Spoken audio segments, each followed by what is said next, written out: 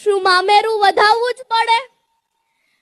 Social મીડિયામાં એક post ખૂબ વાયરલ થઈ હતી કે મામેરાની વિધિ સમયે મામેરું વધાવતા એક બહેનની આંખમાંથી આંસુ આવી ગયા કે ભાઈ બહેન માટે ઓછું મામેરું લાવ્યા હતા એ માટે નહીં, પણ પ્રસંગમાં હાજર સ્ત્રીઓ એમના ભાઈનું સામાન્ય મામેરું જોઈને એમની મજાક ઉડાવતી હતી. જો બહેનને કંઈક આપવું જ હોય તો બંધ બારણે કે ગુપ્ત રીતે ન આપી શકાય?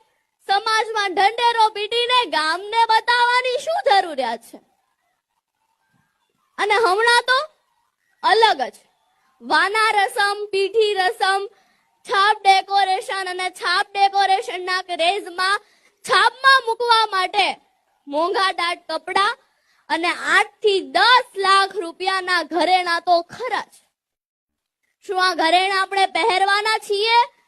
એ ક્યાં રહેવાના છે? ઘરની તિજોરીમાં કે બેંકના લોકર? દેખાદેખી કરીને, ખોટા ખર્ચા કરીને દીકરા કે દીકરીના ધામધૂમથી લગ્ન માટે એના પિતા પર કેટલી મોટી જવાબદારી આવી પડે. આ બધું જ જાણવા છતાં મૌન સેવાય છે. પણ દુઃખ તો ત્યારે થાય છે કે નથી ને તોય કરવા જાય છે ને અંત સુધી હપ્તા ભરાય છે.